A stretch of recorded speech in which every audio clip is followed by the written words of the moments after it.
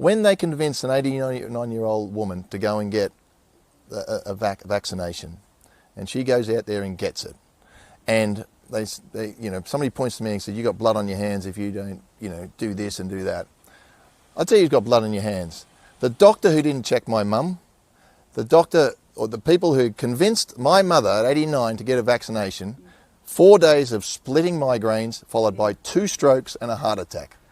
Yeah. You've got blood on your hands, buddy. Why did they do that to an 89-year-old woman? It has been her, now she's care. She had to get looked after. She was on her own in an apartment. She was great. She had collapsed on the floor. My brother just got there in time. They resuscitated her. And I said to Mum, she recovered, which is amazing. I said, Mum, tell your cardiologist what happened. She said, I did. And I said, can you report it, please? She said, there's no point reporting it. Adverse reaction, no point, nobody listens.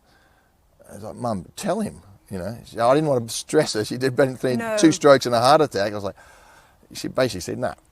Doctors aren't reporting these things, so we're not getting the truth on that side as well. And you know what? And the trouble is with the mainstream media is, as you said earlier, you're only getting one line of messages. So we're not getting constant coverage about the 1 million reported adverse reactions on the MHRA. We're not getting the story about the 30,000 people across Europe who've died from the vaccine. You get constant stories, I didn't have the vaccine, oh dear, I wish I had, and now I'm ill or my brother's ill. You get plenty of those, but you do get the feeling that there's a very skewed type of reportage of this. There's no doubts about that. And I think that's the sort of the frightening thing, isn't it, really, the censorship of really good people, and then the shutting down, the debunking of these people who are,